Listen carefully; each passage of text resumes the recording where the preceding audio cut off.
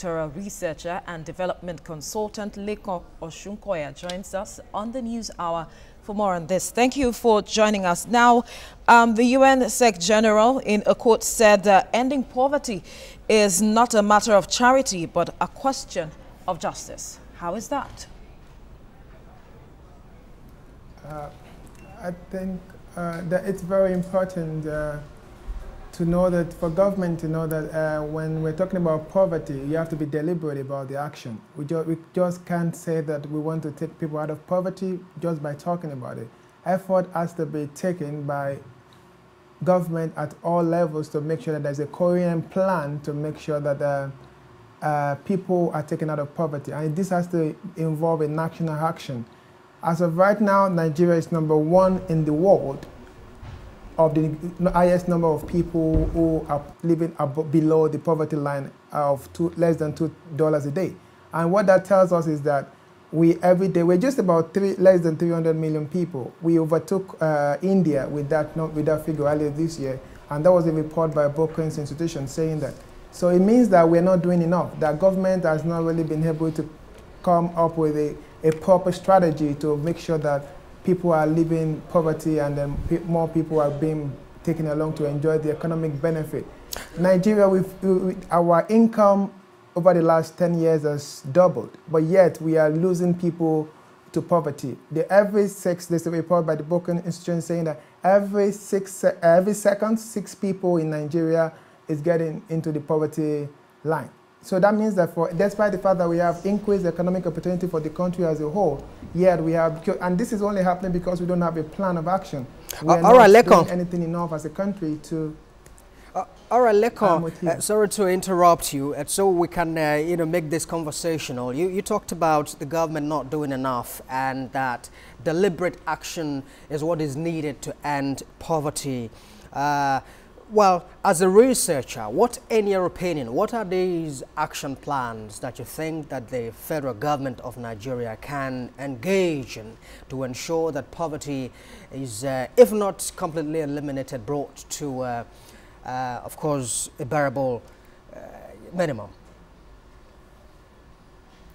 Thank you. I think the most important thing, if you look at Nigeria in the last 20 years, there has been several efforts by different governments to try to look at this problem and solve it head on. But we have not done much. During the days of Obasanjo, we had the need strategy.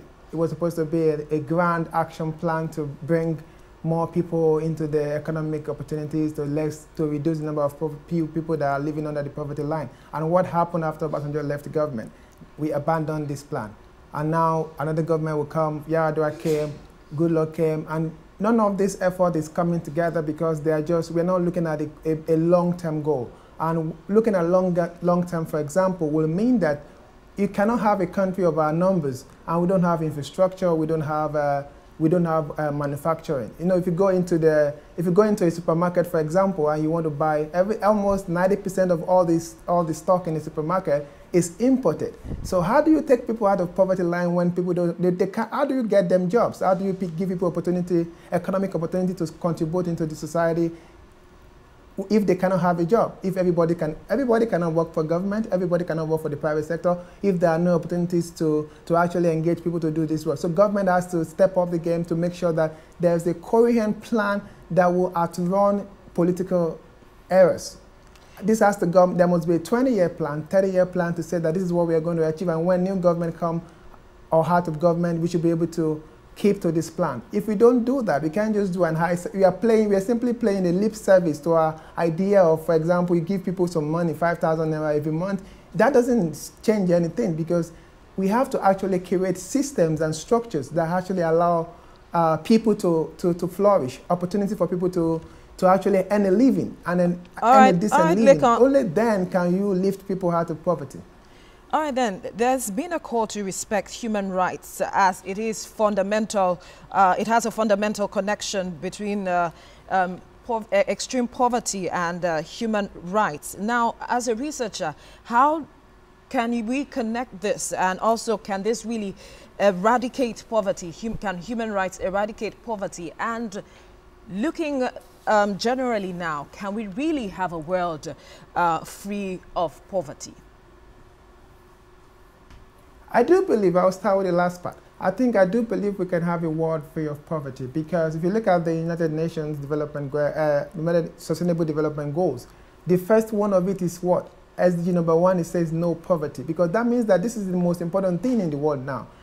It's not only in Nigeria, we might be one of the others countries in the world, but we search that across the world, the number of people who are getting into, falling behind into the poverty line is increasing. And what we can do is that if you look at it from, if governance, like government and leaders and policymakers look at this from the point of view of human rights, and I think that will help them to pay more attention to the idea that you can only, the right to life, for example, is an extension of your economic opportunity, because if you are malnourished, if you're not eating, you're not able to get a job or look after your children or do anything at all, there's no way you can actually live that life. So if you begin to look at the idea that people has to be supported, government has to create systems and structures to make sure that people are able to participate effectively in the society by earning a decent living. And that way, it's easier for government to prioritize poverty project and do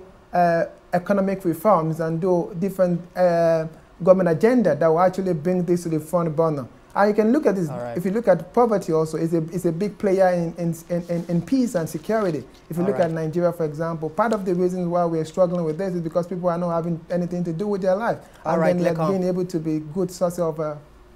Lekan Oshukoya, a doctoral researcher and development consultant. We must thank you very much indeed for sharing your thoughts with us today. You're welcome. Thank you for having me. All right.